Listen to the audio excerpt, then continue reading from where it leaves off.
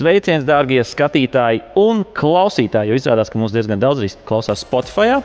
9. epizode Maucam ir klāt, un mums šoreiz viesos ir viesis, kurš pie mums jau ir bijis. Matīs Mežaks, BRC direktors, autosportists un daudzu citu labu lietu darītājs. Un nav tā, ka mēs Matīs ņemsim tagad katru nedēļu vai katru reizi, bet mūsu viesis, kuram bija jābūt, viņam aizkavējās lidmašīnas reizes. Tā mēdz gadīties, un attiecīgi pie šī viesa mēs noteikti vēl kādreiz tiksim. Bet mēs pagājušajā reizē Matīs noteikti ļoti daudz ko vēl neizrunājām, līdz ar to ļoti forši, ka tu piekriti atnākt no sava ofisa līdz šejienei. Aizmirst arī man paprasīt to pirmo mašīnu. Tas bija pirmais, ar ko es gribēju sākt. Matīs, kāda bija tava pirmā automašīna? Tur baigi daudz mērauklis, kuru skaitīt kā pirmo. Varbūt pirmā, ar ko tu brauc dažādas. Nosauc vairākas versijas. Pirmā, ko mēs ar klases biedru nopirkām par vasaras darbos sastrādāto, bija 316 BMW E21. Mums bija 14 gadi. Tolaik tā varēja. Jā, mēs braucām uz skolu. Pirmie skolotāji vēl nebrauc. Un darījām visādas ārprātīgas lietas to mašīnu, bet par to vēsturi klusē neviens nekā nezina. Jā, neiedzirdās. Tad pirmā mašīna man bija, ko arī varētu skaitīt kā pirmo, bija Sierra Cosworth ar pakaļpiedziņu, bet to reāli nopirka man Stūrmans, lai viņi būtu mums kā treniņu mašīna priekš, tad, kad mēs jau sākām braukt rallijā. Bet tā nebija manis pirkta. Tad pavisam pa īstam tāda pirmā mana mašīna bija pirmais Golfs dīzels, ko es pats saliku no Fātera servisā atrodamajām detaļām. Reāli tiešām saskrūvēju vienkārši kopā mašīnu no atrodamajām rezerves daļu čupām. Un tāpēc viņš bija dīzels, jā? Dīzeļu dzinējs tur stāvēja. Es strādāju Kanijā tajā laikā un bija savu plusi, ja bija dīzels un tu strādā servisā, kur smagās automašīnas. Neliels bonus, jā. Tur var sasaistīt kaut ko. Un jā, tā trīs pirmās mašīnas tev ir bijušas. Jā. Bet interesanti, jā, Bembis, Sierra, pilnpiedziņas viņam bija? Pakaļpiedziņas un vēl priekšpiedziņas. ļoti dažāds sortiments īstenībā, lai sāktu. Uzreiz var saprast, kas ir kas vismaz. Tā kā baigi labi. Tu esi skaitījis, cik tev bijušas mašīnas kopumā? Negrib arī, jā. Bezjēdzīgi. Gan jau vairāk nekā mums ar Tomu, tas ir skaidrs. Bet par tavām mašīnām noteikti vēl parunāsim nedaudz vēlāk. Mums ir jāsāk pēc šī ievada, kā ierasts ar autoindustrijas jaunumiem. Un pavisam svaigs jaunums jāatzīmē ir jaunais Renault Clio, kuru Tom, tu burtiski tikko pirms pāris dienām bija testēt Polijā. Es pēc tam izteikšos, kā man viņš vizuāli patīk un tam līdzīgi, bet tu vari droši pastāstīt, kā tev gāja un kā tev vispār liekas, kā tam auto ies. Labi, ka mana lidmašīna neizkavējās vakardienas uz podcastu šeit tiku. Jāsaka, manuprāt, Clio ir vispār svarīgākais Renault modelis vēsturiski un arī franču autobūvē. Tas ir milzīgs modelis mazā izmērā. Lielākais jaunums, protams, ir dizains. Ļoti drosmīgs dizains, es gribētu teikt, jo, manuprāt, tiem populārajiem modeļiem starp paudzēm tie dizaini tik krasi nemainās. Un tagad viņš ir nomainījies, pilnīgi, es neatpazītu, kas tas vispār ir pa automobili, ja aizsaka to logotipu. Man viņš atgādina Citroenu. Es nezinu, kāpēc no kaut kādiem 70. gadiem vai tam līdzīgi tas punts kaut kā.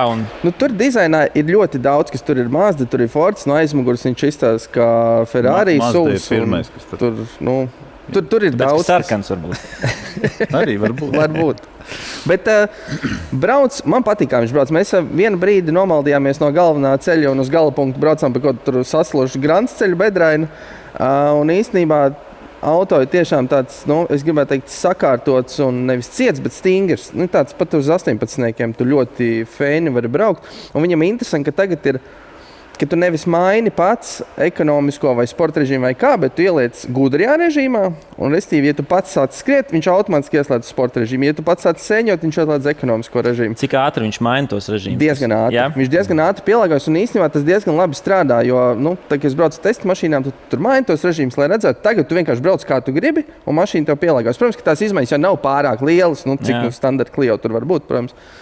Bet, un arī ar dzinējiem tur viss kārtībā. Viņiem ir, iedomājies, viņiem ir kas šādā hatchbacku klasē 1,8 litru benzīna dzinējs, hibrīds pilnais. Jā. 4 cilindriem, kas sen nav dzirdēts vārds vispār. Ja? Maz auto parasti viņam ir. Tieši vai prasīt, cik cilindri? 2 vai 3. Šim ir 4, viņam ir arī 3 cilindru vieglais hibrīds un ir arī gāzīta, bet gāzīta laikam mums netiks mūsu tirgu, bet vispār būs. Teorētiski būs vizuāli 1,8 forši. Tas nozīmē, ka ir potenciāls arī kaut kam karstākam. Es gribēju prasīt, Tom, viņi kaut ko tev ieminējās prezentācijas laikā. Zin kā, kamēr viņi oficiāli neko neatklāja, tikmēr viņi arī neatklāja. Tā kā... Bet tāds vēsmas varbūt, kaut kāds, jo Renault Sport, es atceros, ka viņi nogalināja pirms pāris gadiem, vispār to zīmolu kā tādu, laikam koncentrēties uz Alpīnu, pieņemsim Renault 5, nav tur Renault 5 Sport, bet Alpīnu versija. Ņemot vērā, ka varbūt kā vienmēr ražotāji pēdējā laikā ieslēdz kaut kādu atpakaļgaitu, varbūt to RS kaut kādu mēs dabūsim. Viņi paši ļoti cerīgi ir uz to, ka viņi gribētu tā filozofiski ieslēgt atpakaļgaitu, vai viņi to ieslēgs, to mēs redzēsim. Jo jāņem vērā, ka viņiem jau tās domas vispār ļoti ātri mainās, kā arī tie dizaini mainās.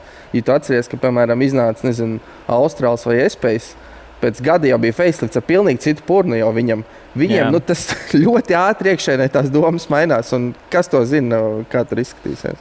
Es domāju, ka kāda fokus grupa tur ātri vienkārši pastāst. Nē, šito nepērk, nepatīk, mainām faceliftu.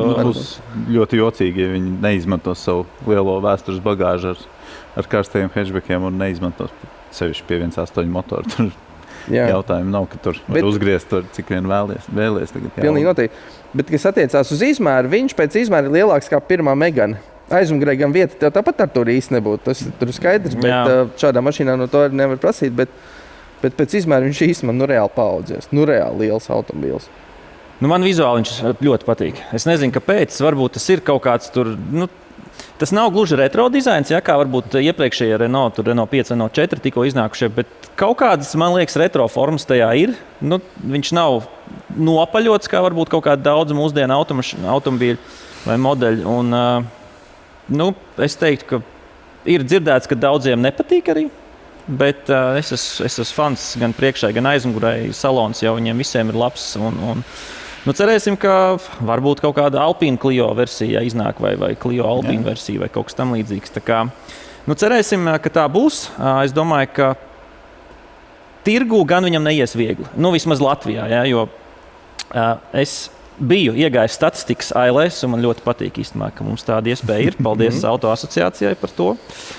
Un, kāpēc es to ieminējos par to, kāpēc neies viegli, jo mēs redzam, kas notiek ar citiem mazauto. Polo šobrīd tiek galināts nost, viņa vietā būs ID Polo, kas ir elektriskais. Fiesta ir nogalināta, kas potenciāli varētu atgriezties kā Renault 5, rebadžots Renault 5, kas būtu atkal labi.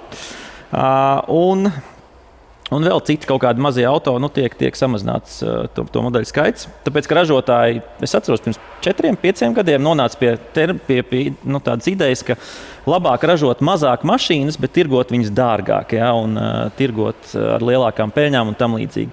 Vai arī mūsdienās vienkārši uzdužot mazu crossoveru un Puma, jā. Viņi tāpat pirks principā. Bet zin kā, man liekas, ka tas, ka tagad tur metās nost arī tie citi ražotāji, ir tas, kāpēc viņiem ir tik drosmīgs un drastisks dizains, lai par to automobīlu runātu un atgriezt viņu kaut kādā ziņā apritē, jo viņam jau konkurenti patiesībā ir maz. Jā, ļoti maz. Kaut kāda Fabijas aļā Jāris, bet Jāris, man liekas, ir mazāks. I20, jā. Kijā mazais, man liekas, pat kaut kāds arī... Viņš jau sīd izmērā. Gan drīz vai, jā. Bet jā, par to, kā vispār tirgus mainījies, tas ļoti interesanti, ka es iegāju paskatījos, ka pirms 20 gadiem, 2005. gadā, mazauto šis B saucamais segments aizņēma 15% no tirgus. Tad viņš šo 20 gadu laikā ir samazinājies. 10. gadā vairs tikai 10%. Katrs trešais auto bija Gets, man tā liekas, tajā laikā. Jā, sanāk, labi, 5. vai 6. bet statistika. Gets jau bija pārdotākais auto, jā, 100 lati mēnesī. Es vēl kā šodien atceros šo burvīgo akciju, kad kā pīrādziņu viņi gāja. Un no tiem 15% samazinājies tagad mūsdienās pagājuši, kad līdz 5%. Tad tas tirgus ir, vismaz Latvijas kontekstā samazinājies 3 reizes. Skaidrs, ka arī Eiropā ir varbūt ne tik drastiski, bet līdzīgi. Bet tas arī skaidrojums ar to, ka nav vienkārši modeļi tādu, pat, ja gribētu, nevar nopirkt, vai ne? Jā. Izvēl, tad bija katram ražotājiem piedāvājums tajā segmentā. Ražotāji, es nezinu, cik ļoti tas bijis, ka vai nu ka ir pieprasījums no pircēja puses, vai tomēr piedāvājums no ražotāja puses, bet ir šie mazie crossoveri, Pumas, Yaris, Cross un tam līdzīgi, kuri attiecīgi pirms 20 gadiem aizņēma 1% tirgus, un šobrīd ir 13%, kas attiecīgi vienkārši izlīdzvaro to samazinājumu bez mazajām mašīnām. Bet tagad, kad tu izbrauc ar šādu jauno hatchback, tas var bāc. Tā tomēr ir kāpēc štrēle. Ne, ja? Tas man nevajag tomēr to crossoveru. Skaties, pie crossoveru tu baigi pierod un tā, bet... Tas crossovers jau arī kaut kāds T-cross, piemēram, Volkswagen. Kas tas par crossoveru? Jā. Tas pats hatchbacks vien ir vienkārši ir ielikts tajā kategorijā, lai var pārdot kā crossover. Nekas tur nav no crossover. Maziņš hatchbacks. Es īstenībā atradu risinājumu šobrīd mazajām, zemajām mašīnām. Vienkārši vajag sēdekli līdz augšai, saregulēt, un tad tu jutīsies kā suvā, kā crossoverā. Tad tev tāpat būs zemāks smaguma centrs. Klīrens tāds pats, principā. Jā, principā klīrens tur minimāli mainās. Tā kā cilvēki, pērciet normālas mašīnas. Un sēdiet augstu. Un sēdiet augstu viņās, ja jūs gribat tālu redzēt. Laukos uz balli kaut kādu, tad nav tas... Smiesies par tev, ka tu augstu sēdi? No malas nevar pateikt, ka tev sūs ir. Uzliec kaut kāds arku, uzliks tās nekrāsotās un tam līdzīgi. Ir versijas. Katrā ziņā, es esmu braucis ar tiem mazajiem suviem, vai kā viņus nosaukt. Un, vienīgais, kas puslīdz normāli braucās Puma, pārējie visi ir Puma braucās labi. Pārējie visi ir suvi. Diemžēl, vai par laimi, bet tā ir tā kā. Jā, es ceru uz Renault Clio panākumiem, ja jūs meklējat mazauto. Es domāju, ka tas būs labs variants. Vai tu redzēji, cik viņš maksās? 20,000 eiro. Jā, sākums ir pat bišķiņ zem 20, kas ir diezgan iespējīgi. Ņem vairāk, ka viņi Twingo arī gribēja zem 20 piedāvā, bet tā arī, man liekas, nesanāca. Viņi tūl tam ir. Multimedija tie paši Google-based, Jā, bet viņi ļoti labi strādā. Tur gan viss labais paraugs tas ir. Tas ir autoindustrijas viens no labākajiem piemēriem vispār. Ir tīpaši tādā budžeta klasē. Jā, es piekrītu. Bet mums ir jāpamaina tēmas, ka cilvēki domās, ka mums maksā Renault par šo reklāmu. Bet mums arī saule spīd. Starp citu, ja jūs redzat kaut kādā brīdī, ka mums te sejas baigi izgaismojas, mums spīd saule, par ko mums liels prieks. Turpināsim ar nākamo no tādiem maziem pieejamiem auto uz nedaudz nepieejamākiem auto, tā varētu teikt. Par foršiem auto, kurus beidz ražot pēdējo gadu laikā, un par kuriem nav zināms, vai būs tāds pēctecis. Un, attiecīgi, man gribējās tās mašīnas pieminēt, nedaudz parunāt arī par viņu tirgus pozīciju un cenām. Un, tie 3 modeļi ir Audi R8, kurš tika ražots principā 20 gadus divās paudzēs, no 2005. līdz 2024. gadam. Nissan GT-R, kurš tika ražots nedaudz īsāku laiku, bet vienā paudzē, vesels 18 gadus. Tur drīkst pielikt arī Skyline klāt droši. Skyline, jā, Skyline. Tad ir sanāk ilgāk. Sanāk ilgāk, labi, jā, protams, tad vēl ir pāris 10 gadus klāt. Bet to GT-R paudzi ražoja 18 gadus, pagājušajā gadu beigās. Viena paudze. Tas parāda, cik labs bija modelis no paša starta vai priekšā laikam droši vien. Un man ļoti mīļš Jaguars F-Types, kur gan ražoja tikai palielam 10 gadus, bet kuram mēs noteikti zinām, ka pēctecis nebūs. Jo Jaguar mēs jau runājam par to, ka tur viss ir mainījies, un viņi ražos tikai 10 ultra luxury mašīnas par 10 miljoniem gabalā gadā. Par R8 un GT-R, kas man liekas interesanti, ka viņi līdzīgā laika posmā ir saražoti līdzīgā daudzumā. Audi R8 kopumā 44,000 un GT-R 48,000 gabali ir nonākuši līdz tirgumu. Bet kas interesanti, ka cenas gan viņiem diezgan atšķirās, jo, lai gan GT-R ir vairāk saražots, un viņš atcerieties, varbūt Matīs, tu atceries, cik GT-R jauns maksāja, kad viņš iznāca. Tad tā cena likās nereāli zema priekš tā visa, kas tur bija iekšā. Tās bija. Es varu pateikt, priekšā 60, 70. Jā, 70. Precīzi, principā 75,000 maksāja jauns GT-R tolaik. Šo 18 gadu laikā viņam cena izauga līdz 150, principā 2 reizes. Tas Nismo versija droši vien. Droši vien, jā. Bet, jebkurā gadījumā viņas ražojumi pirka. Un šobrīd, principā gandrīz 20 gadus vēlāk, 18 gadus vēlāk, GT-R maksā 60,000 eiro lētākais mobīlais. Lētākais, jā. Lētākais. To droši vien nevajadzētu pirkt, to lētāko. Potenciāli nē. Bet tas parāda to, ka tas pieprasījums ir ļoti augsts. Jo es atceros, ka vienbrīd es esmu papētījis cenas ar domu, ka kādreiz jau tas kādreiz droši vien vairs nebūs. Tev ir tik daudz Artūra mašīnu, kas protams, tas ir katru nedēļu mainās. Tas, protams, papildinās sarakstu. Bet es patiešām sekoju līdz mašīnu foršām cenām. Es arī. Jā, tu arī. Tev tas ir darbiņš. Tādas jau vairāk. Jā. Pats tu iedomājies, kā tur sēdēs pēc tam. Jā, GTR. Bet tev, Matīs, ir bijis kāds GTR šeit? No? Es esmu pārdevis, jā. Ļoti labu eksemplāru tādu. Aizbraucu uz Zviedriju, bet latviešiem tā kā viss kārtībā. Bet Latvijas mašīna tā bija, vai? Viņa bija Latvijas mašīna, jā. Ar ļoti daudz zirgspēkiem un ļoti smuku uztaisīt. Prieks, ka palika latviešu rokās. Tas vismaz pozitīvi.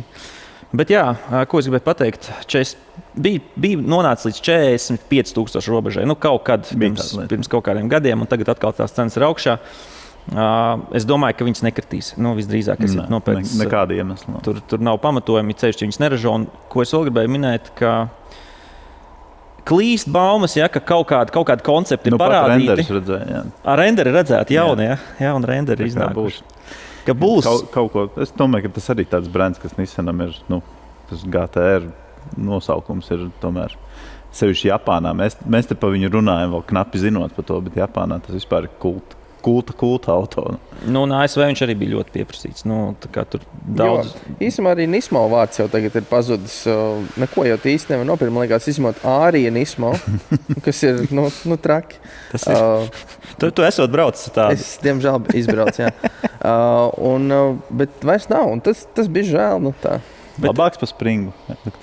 Jā, labāk. Smagāks noteikti. Jautājums vai labāk? Nē, gan jau, ka ir labāks. Bet jā, tas Nismo vārds ir. Viņš Amerikā kaut kur vēl figurē, viņš Japānā droši vien kaut kādiem modeļiem, bet pastīsimies. Nissans ir tādās krustcelēs, varētu teikt, šobrīd, ko darīt. Un cerams, ka viņi tomēr saņems un uzražos jaunu GTR. Jautājums, vai viņš būs tik tehnoloģiski advancēts vai priekšā savam laikam, kā to, lai GTR man ir zināmas šaubas, ka nē. Iespējams, ka būs tāds stāsts, kā bija ar kaut kādiem pēdējo gadu Subāriem, ka to pašu tehniku vienkārši tu iepakoji citā iepakojumā. Jā, GTR bija smieklīgi, ka viņš iznāca, ka šito mašīnu neviens vairs nevarēs tūnēt. Neviens netiks klāt kompiem. Tas viņi bija milzīgi izslavēja pēc 2 nedēļām. Kaut kas jau bija. un pēc tam tu redzēji visos šitos vienas jūdas un kilometru dragreisos 1000 zirgspēku GTR. Vienu brīdi bija tā kā jūras dubļi, tā kā tagad GT3 RS. Jā, tu sākotnēji noteikti. Laiks, jā. Par Nürburgringu, starp citu, mēģināsim tik līdz tam parunāt arī nedaudz vēlāk vēl. Un par R8, tas gan visnībā ir no cenu perspektīvas vispieejamākais superkars. Viņš maksā sākot no 40,000 eiro, lētākie eksemplāri. Mīnus varbūt tiem pirmiem eksemplāriem ir, ka SMG sauksim viņu pa kārbu, viensajūga tas robots.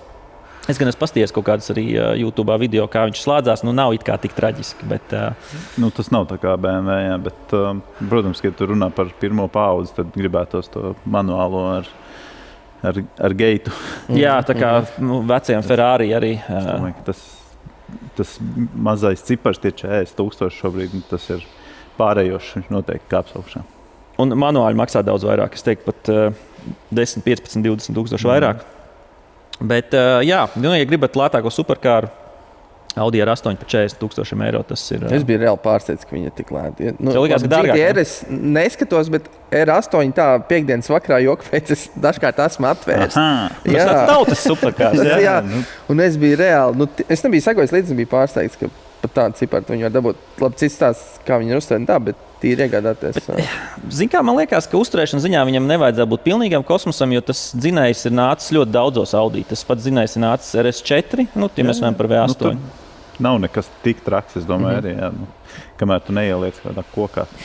Vai kādā apmalē vai kaut kur.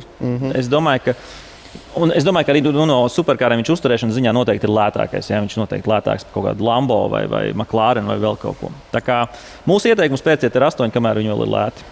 Bet tu nepieminēji Volvo V90, ko arī pārtrauc ražot. Mēs par viņu jau runājām pirmajā epizodē, un viņš iespējams paliks. Viņš iespējams tur arī paliks. Bet, un F-Type arī, starp citu, Tas ir labs F-types, maksā tikpat, cik Audi R8. Kā, tur, es domāju, izvēle vienos vārtos noteikti būtu. Bez jumta, ne? Es ņemtu bez jumta. F-type? Man patīk, kā izstās kupē. Bet... Tas, kā Sirma Matija gribētu. Jā, tas kaut kāda mainās. Highway ar roku uzlikt un tam līdzīgi. Turpināsim ar nākamo rubriku, kas mums ir, kā ierasts lokāli Latvijā. Kā man viens draugs teica, viņam liekas, ka mēs par bāriem runāsim tūlīt. Mēs varam. Mēs varam bāru apskatu uztaisīt kādu vai restorānu, bet runāsim par lokālu Latvijā, un mēs beidzot tiksim līdz tēmai, par kuru mēs ar Tomu gribējām runāt, man liekas, jau kopš kaut kādas otrās epizodes apmēram, par to, vai un kad Latvijā ienāks Genesis. Un es nedomāju ar to mūzikas grupu, kas arī būtu forši. Kas arī būtu forši, ja viņi atbraukt, bet... Autoražotājs, jeb zīmols, precīzāk Genesis, kas ir Hyundai luksus versija, tā mēs varētu, vai premium versija varētu teikt. Matīs, tu noteikti zini, kas ir Genesis, un tu esi sekojis varbūt bišķi līdzi. Kā tev liekas? Genesis ir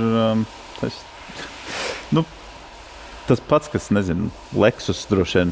Tā vienkāršot droši vien tas pats, kas Lexus, bet tie beidzamie koncepti, ko viņi ir parādījuši, ko Andrē Lotarers savos Instagram profilā izrāda, ir gana interesanti, vai viņi ir ar potenciālu Latvijas tirgumu. Domāju, ka baigi grūti būs. Grūti pateikt, Tom, kādas tev domas? Par potenciālu ļoti grūti, es domāju. Jā. Jo es domāju, es neesmu nekad braucis ar nevienu no ne veciem, ne jauniem, bet kā automobiļi viņi noteikti ir interesanti, bet mūsu tirgojas, mani māca pamatot šaubas par to, par rādītājiem potenciāliem. Man ir bišķiņ citādāks viedoklis. Pirmkārt, mēs gandrīz esam braukuši to, tāpēc, ka Ioniq 9 es teiktu, ka braucās, vai Ioniq 6 noteikti ļoti līdzīgi, kā Genesis modeļi, un viņi braucās ļoti labi. Jā, tā kā par to, ka viņi labi braucās, domāju, mums šaubas nav. Starp citu, viņi saražo vairāk mašīnas gadā, nekā mums liekas. Vienkārši viņas vēl nav pie mums kopskaitā.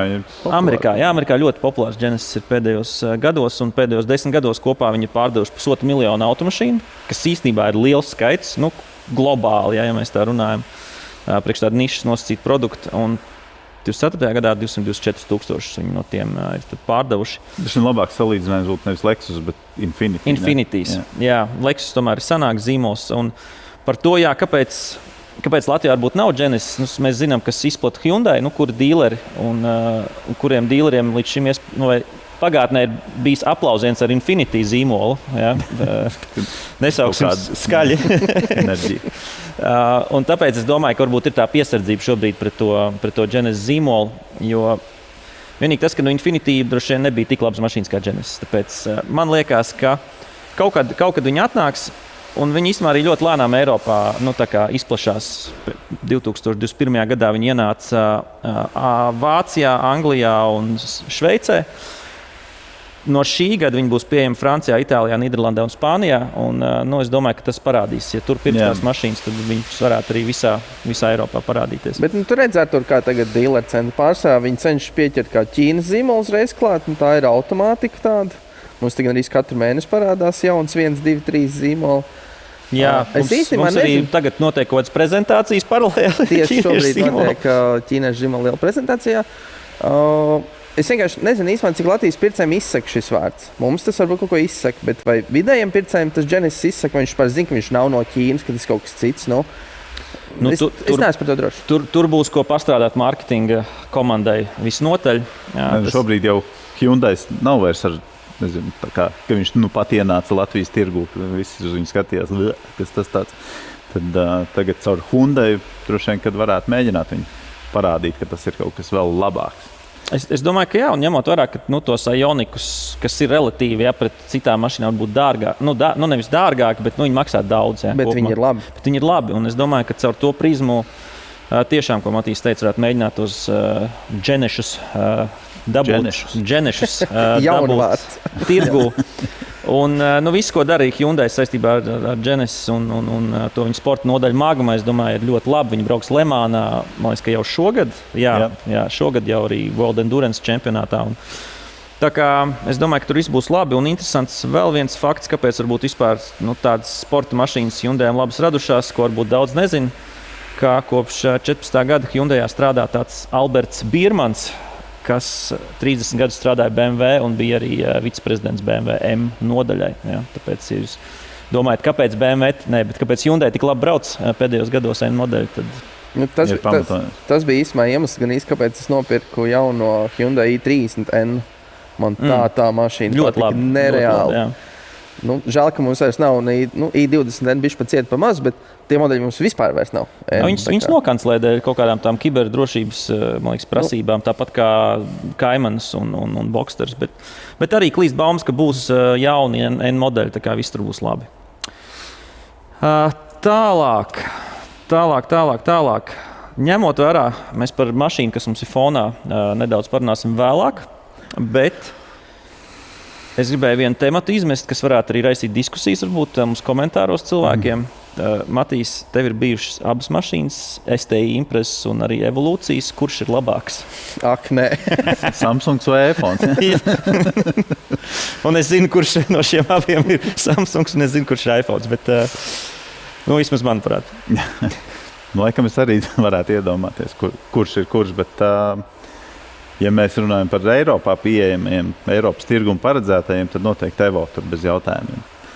Jo viņi precīzāki bija un Subaru bija tāds tūlīgāks. Tūlīgāks, jā.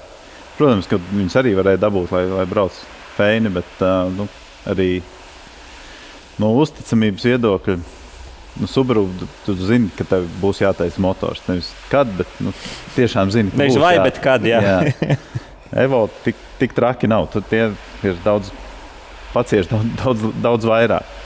Abiem diviem ir vienādi lielas problēmas ar rūsēšanu. Droši vien labus nesarūsējušus ir baigi grūti atrast.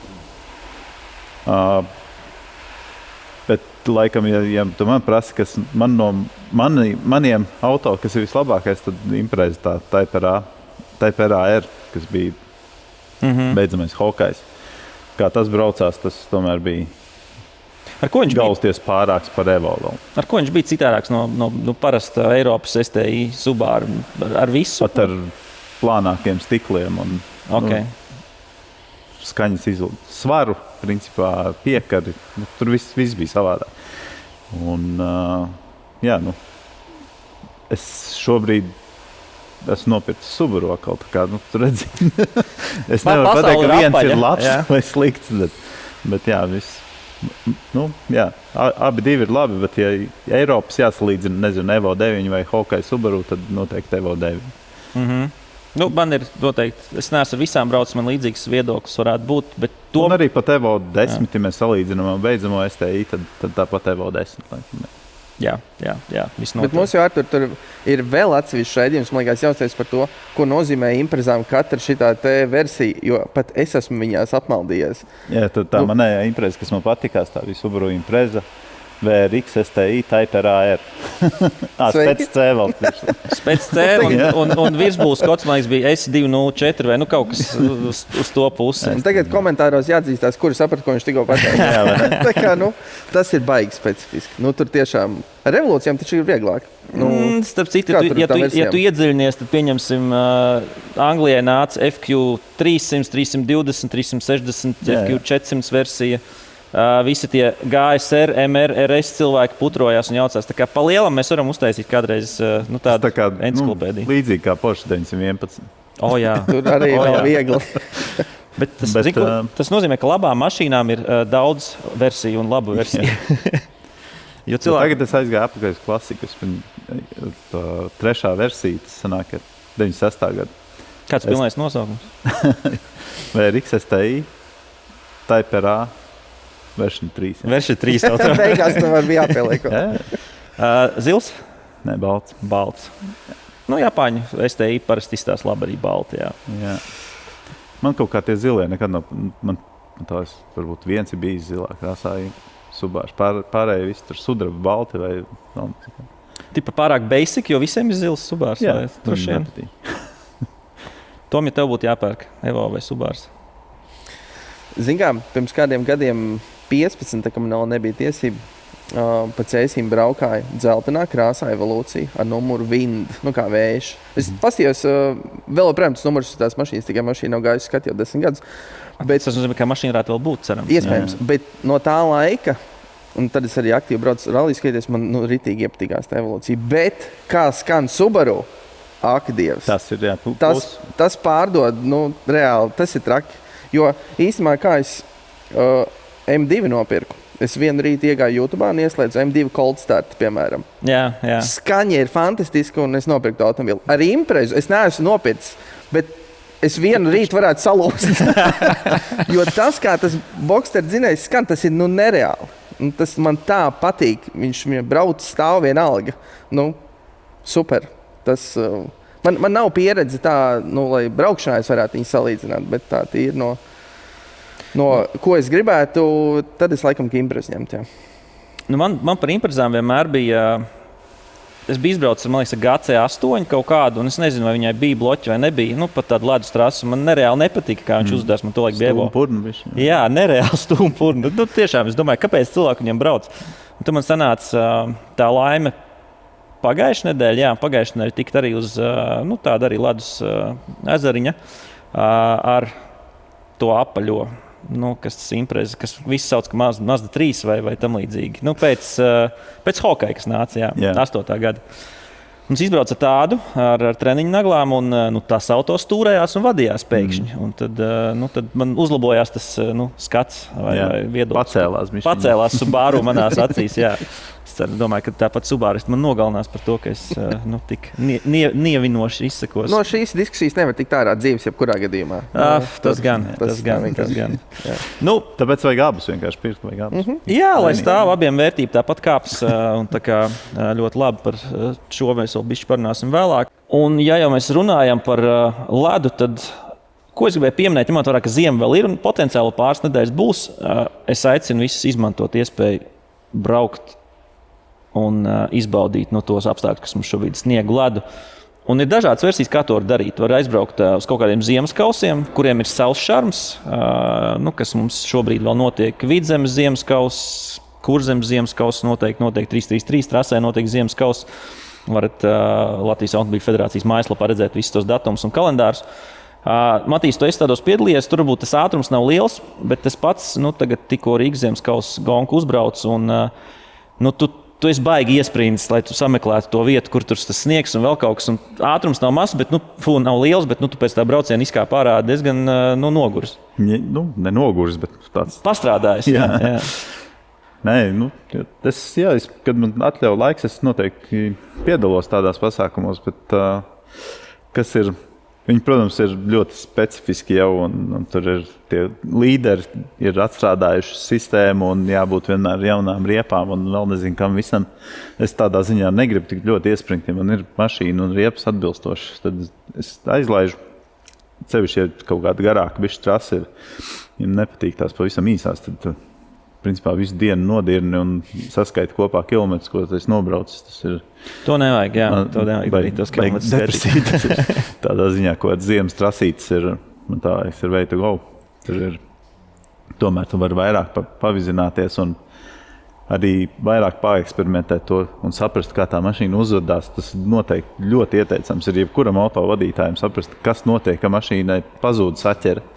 Un kā reaģēt tajā brīdī, nevis spiest bremzes un saķert galvu, bet tur vēl tik daudz ko var izdarīt, lai aizbrauktu tālāk. Tā kā tas, un sacīkstēm atkal ir savs pluss, ka tur ir tas sacīkšu elements. Līdz ar to tu vari salīdzināties un meklēties, kur var vēl dabūt kaut kādu laiku. Atkal no otras puses mīnus viņš neliels tas, ka, lai nobrauktu ātri, tu nedrīkst tur braukt tik brīvi un tik plakaniski, kā gribētos. Jā. Es parasti tomēr braucu pakaniski, jo man labāk brauc. Vairāk patīk tā,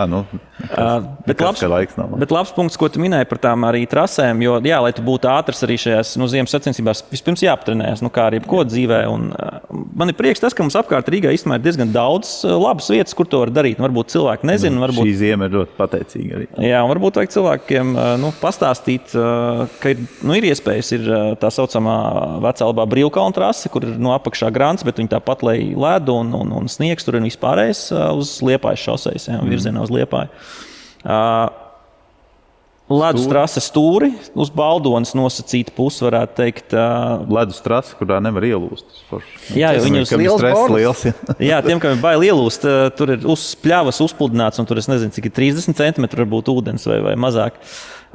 Tur, ja gribās mierīgi pabraukāt, ka tev nebrauc miljonus bembi riņķi un nedriftē tuvu viens otram, tad braucam no rīta vai darba dienās, jā. Bet, jebkurā gadījumā, tur arī foršas konfigurācijas, tur arī pavadīs diezgan laiku. Un vēl viena lieta, kas arī varētu patikt tiem, kas dzīvo Mārupē, varbūt viņiem nepatīk, jo tur nāk dzinējs skaņas. Diez vai vietējiem patīk. Bet ir Jipa Mārupīt, kur arī tāds karjers uzsaldēts, varētu teikt, jā, piesalis.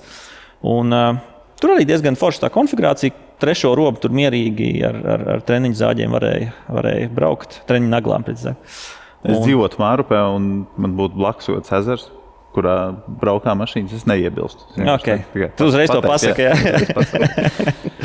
Un tur ir vēl viena arī tāda konfigurācija, kur ir reāli kā tāds rally dops sajūta. Un, katrā ziņā es iesaku izmantot šīs pāris vēl nedēļas, kas noteikti mums būs, jo prognoze rāda, ka mums tie mīnus vēl kaut kādu brīdi būs. Tā kā izmantojam un nepukojamies, ja nākamziem, ka nav ledus, nav sniegs, pagājušajā ziemā vajadzēja. Bet šogad tiešām daudz izmanto un iespēja, ka tu scrollo Facebook un nepamani kādu, kurš ir bijis trasē vai storijos. Ir iespēja mazīt īpaši pēc weekendiem. Viss kā traki publicē. Ir īpaši tur, kur man liekas, tas ir, kur tas tramplīns ir? Brīvkalnos, jā. Tur lec alfa, tur lec visādi dzīvnieki, kurus tu nekad nedomātu, ka viņi var atrasties tik augstu uz zemes. Es nezinu, mūsu šosejas komisijā bija satraukti personāži par to, ka tur ar ielas mašīnām, bērnu salonā, bez ķiverēm, lēkā automobīļi. Es, protams, nezinu, kas notiek, kas par autoritāti par viņiem. Bet tas ir arī arguments. Bet par to vajadzētu padomāt, vai vajag lekt ar bērnu salonām.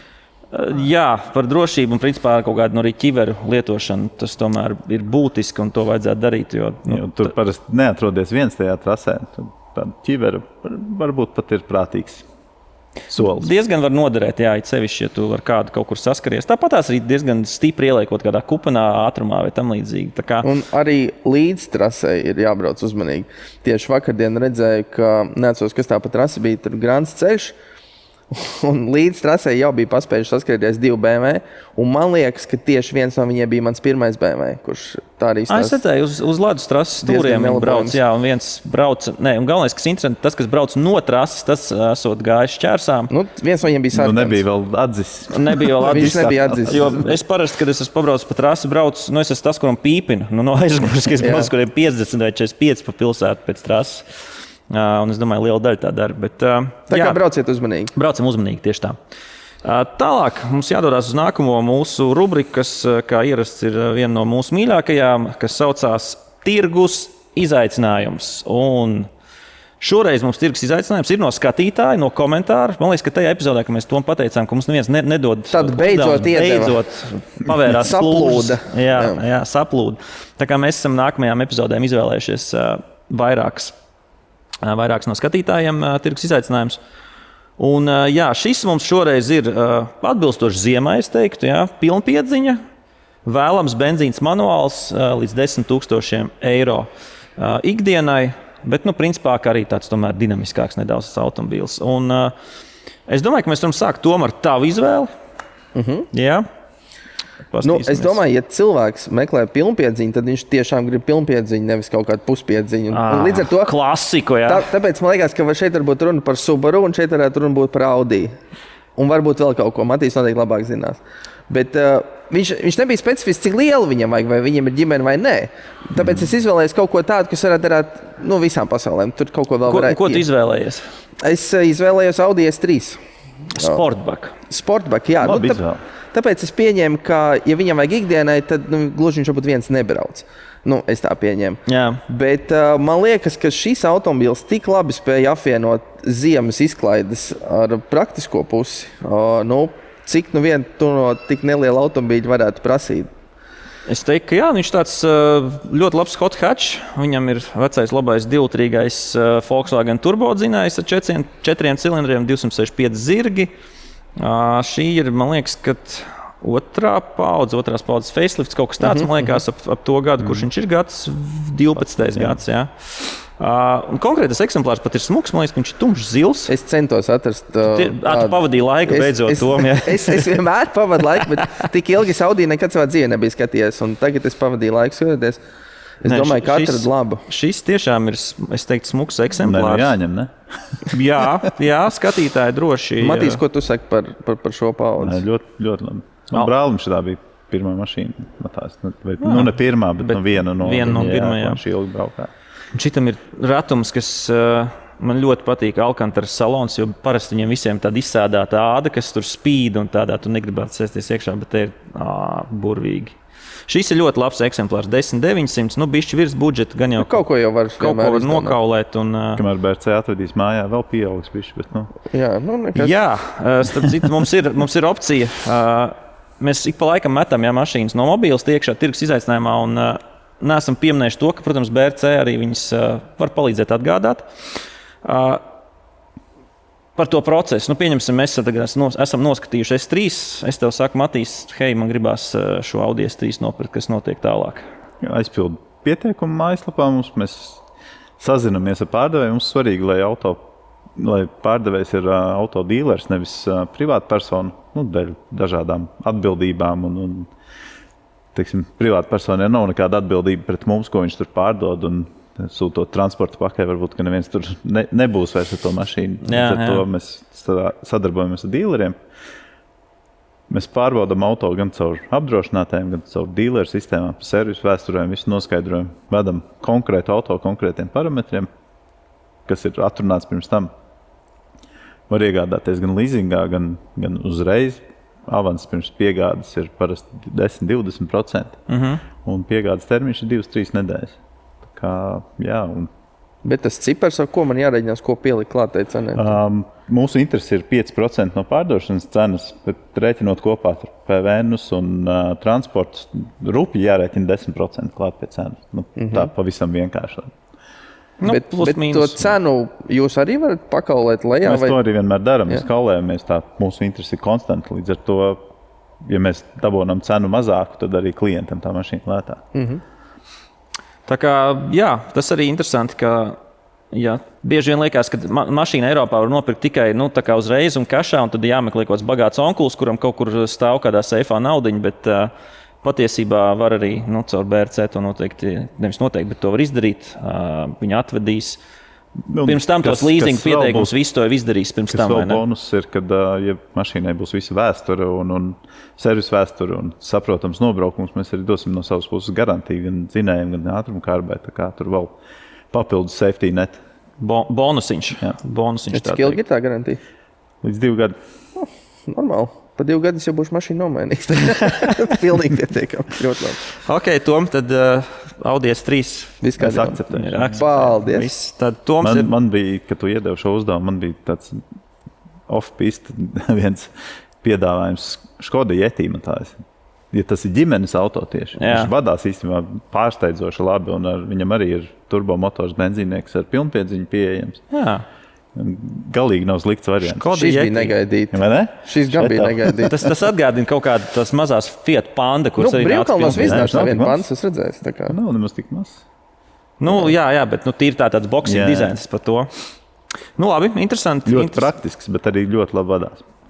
Ok, tā kā tiem, kas grib nopirkt mašīnu, kas izskatās, ka viņi nav, ka nevadās, un tad, teiksim, draudzenei vai sievai. Tad aizbraukt visiem garām. Sievai parāda, es nopirku pavisam prātīgu mašīnu, patiesībā Yetis ir ugunsrops. Bet tā, protams, ka Subaru uzreiz liekas, ka tur varētu atrast, bet tu sāc skatīties. Grūti, es pameklēju, nekas tur nesanāk tāds, ko vajadzētu ņemt. VRX man negribētos, man gribētos STI un STI tur aizmirst. Easy. Jā, es redzēju, starp citu, kaut kur nesen Facebookā tirgoja, bet ļoti ātri pazuda pa 12, 13, tas 8. gada apaļais. Viņš izskatījās bišķi pabraukts, protams, bet, tur viss Subaru lielākais jautājums ir, kas ir apakšā, cik viņš ir brūns. Tur bija, man liekas, teica, ka ir rūs, jā. Protams, ka ir. Cik daudz ir jautājums? Pat tāda cipara nevar nebūt rūs.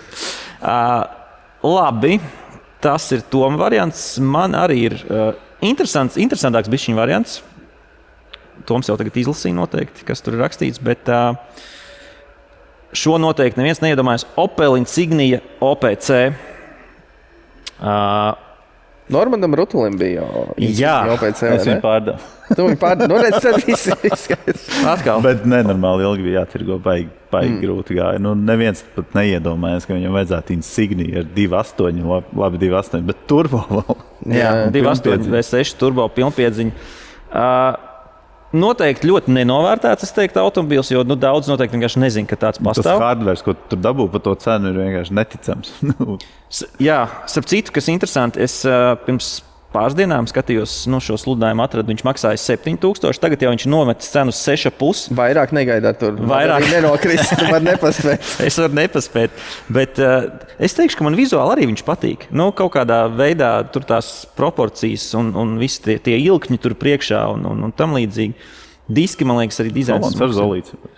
Viņš ir, un pie tam viņš ir A6 un 5. sērijas principā izmērā. Tā kā viņš ir lielisks ģimenes automobīls. Interjerā viņam bija daudz pogas, vai es jaucu kaut ko citu? Jā, pirms facelift, bet paskaties uz tiem sēdekļiem. Reāli kā kādam GT3 RS. Tur dabū iekšā. Cik viņam nobraukums? Tu sēdekļi normāli izstāst? 228 tūkstoši. Viņu var dabūt ar manuālu, viņu var dabūt arī ar automātu. Ja kāds grib ikdienai, varbūt vairāk automātu, rekrutās visas tavas pogas. Ja ir lielāks budžets un gribās jaunāk, tad faceliftam tur tās pogas vairs nebija, bet viņam bija drausmīgs kaut kāds touchpads. Šis noteikti Kristapam nepatikt, ne? Visas šitās referents uz iepriekšējo. Jā, Kristapam Skutlim pogas. Ne, viņam dažas patīk, dažas ne, bet es saku, tur vietas ir daudz šeit. Panorāmas lūka. Katrā ziņā pa 6,5 plus atvešana es sarēķināju visu, tur atvešana, bla, bla, bla, caur BRC būtu ap 8,000 nepilni, tas auto nostātos.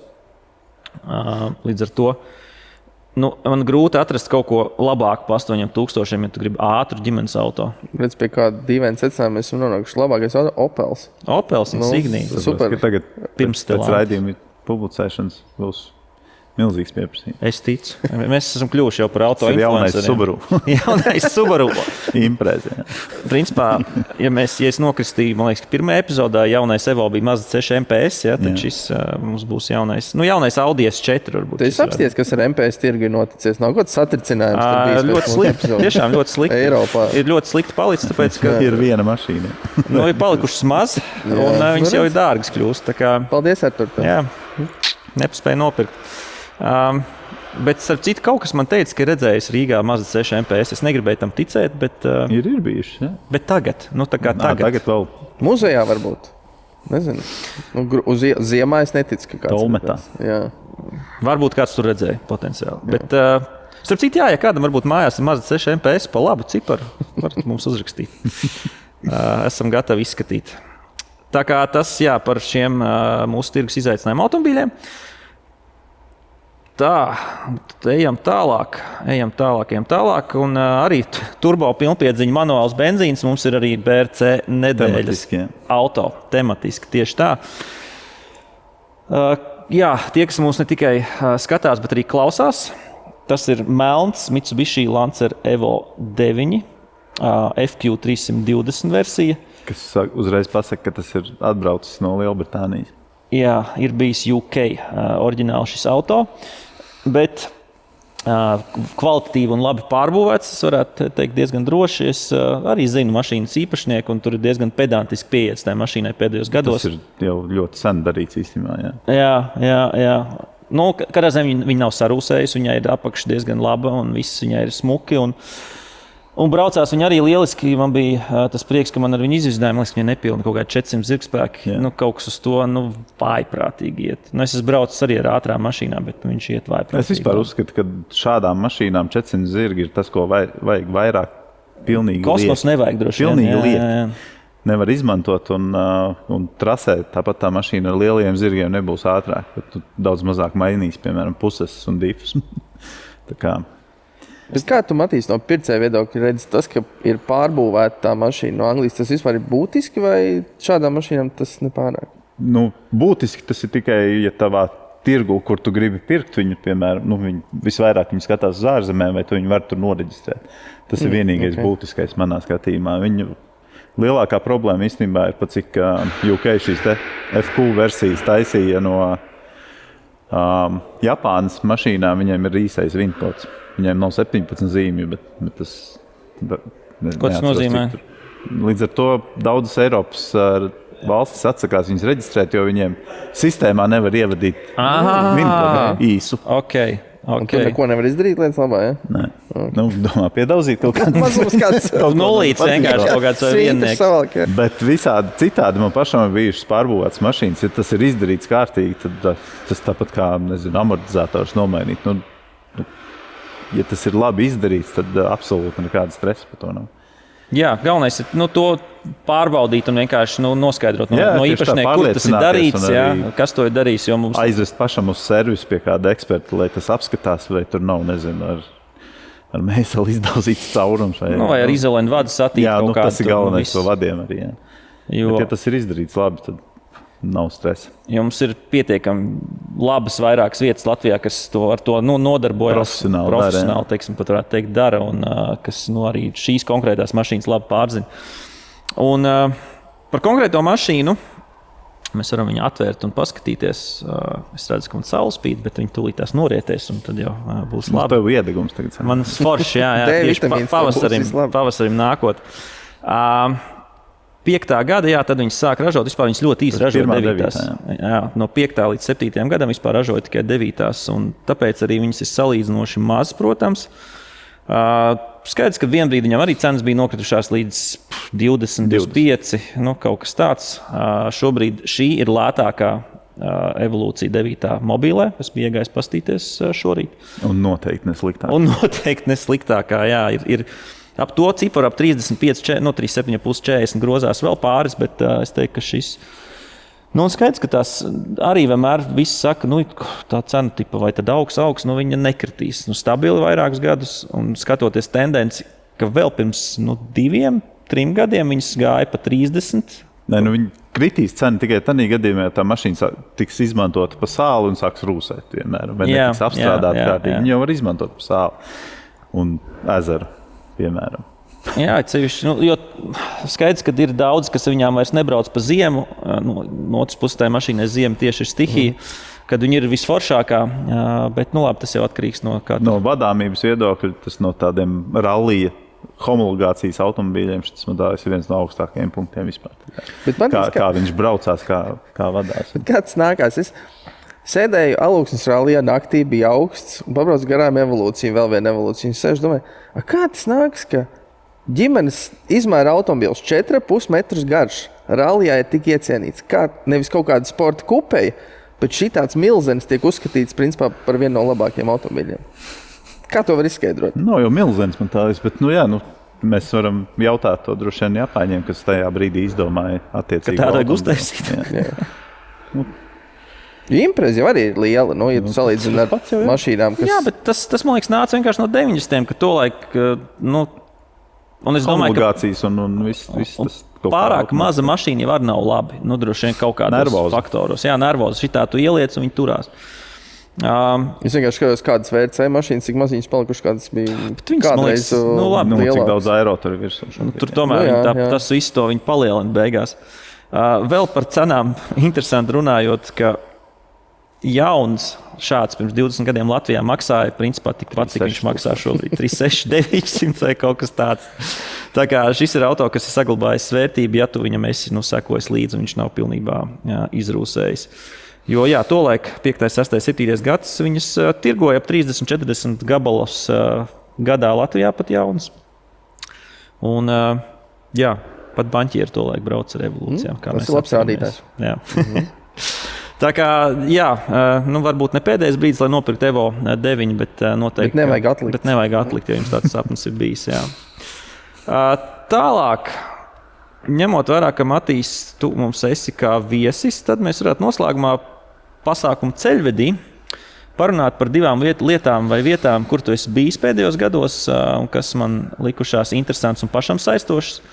Ir šie Goodwoods festivāli un Le Mans 24 stundas sacensības. Un, varbūt tu vari pastāstīt, uz kuru labāk braukt, vai kāpēc uz kuru, vai, Uz abiem.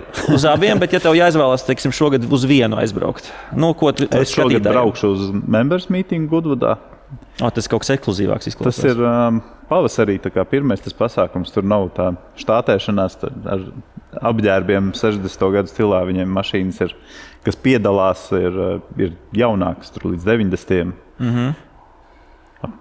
Aptuveni tā es. Members meeting arī to nozīmē, ka tev jābūt Goodwoodas tam kluba biedram. Un tad tu vari paņemt līdzi savu pāris čomus. Tas nav tik daudz pūļi arī, bet arī ļoti, ļoti labi ideāls pasākums.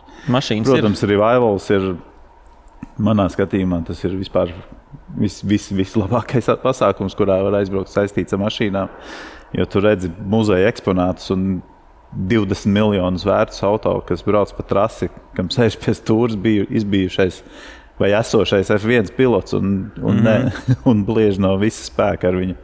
Ar kaut kādiem 250 GTO Ferrāriem, jā. Piemēram, tā skaitā. Un to redzēt dzīvē ir viens, bet tur var ņemt arī sievu līdzi, jo viss tas apkārt, viss pasākums ir tā kā līdz 60. gadam. Gan apģērbi, gan viss apkalpojošais personāls, gan visi tehniskās palīdzības automašīnas. Tas ir tuvākais, ko var izdarīt laika mašīnai, man tā liekas. Par Le Manu es biju uz to 100 gadu sacīksti. Bija nenormāli daudz, lieli pūļi. Vislabāk bija kaut kādos 6 no rīta, kad lielākā daļa gulēja. Bet kā pasākums arī super. Šogad gan es droši vien aizbraukšu uz klasiku Le Manas, kas arī kā 24 stundu sacīksti. Bet tieši ar klasikām man kaut kā vairāk patīk tie vecie vāģi. Viņi arī brauc 24 stundas? Viņiem ir tā, ka viņiem sadalīts pa laikiem. Tā kā tur 2 stundas brauc viena, tad nākamie, un tādā veidā mainās. Bet 24 stundas sanāk kopā. Bet visa tā sacīksti, notiek 24 stundas. Viss, principā, 3 dienas viņi notiek. Jā, tā kā par to es varēšu pēc tam pastāstīt, ka es būšu bijis. Bet atsauksmes tur ir ļoti labas. Ja man jāizvēlās vienu tādu ārzemju pasākumu, ja rocība atļauj, noteikti to Revivalu vajag braukt vispirms. Bet cik tai rocībai jābūt lielai tādam skaitām? Man tās, ka biļetes vien ir pie 800 eiro. Bet viņas ir dažādas kaut kādas, nezinu, kur tiec vairāk vai 3 dienām vai uz vienu dienu. Uz vienu dienu tur nav jāiga braukt, tur nedarēs neko. Bet dzīvošanu atrast tad arī ir, protams, ļoti sarežģīti tur. Gluži laukā gulēt mašīnā, laikam nav labais stils. Un nokļūšana, atbraukšana gan ir super easy. Tur Gatwick ir tās stundas attālumā. Ok. Festival of Speed skaidrs, ka tas ir lielākais pasākums. To es neesmu apmeklējis, bet cik man pūļi jau tā nepatīk, tad tas man kaut kā atstāšu to, lai pair. Jā. Katrā ziņā noteikti ir vērts paskatīties to Goodwoodas kalendāru un Le Manu noteikti arī ir vērts aizbraukt. Un tā kā vairs nav tagad, vēl 100 gadus nebūs, 100 gadus svinības vēl viens, tad noteikti arī cilvēki būs. Es ilgi domāju, vai braukt tieši uz 24 stundām vai uz to klasiku. 24 stundas arī ņemot vērā LMDH klasi. Tur katru gadu vēl nāk klāt mašīnas. Man tās ir kapitāls pasākums, ko apmeklēt. Tā kā tā, skatieties kalendārus, liekat savos kalendāros, braucam, ceļojam un iegūstam jaunas emocijas, iespējas un vispārējo. Bet mēs sakam paldies par to, ka skatījāties, klausījāties mūsu 9. epizodu un tiekamies jau pēc nedēļas uz mūsu 10. Paldies!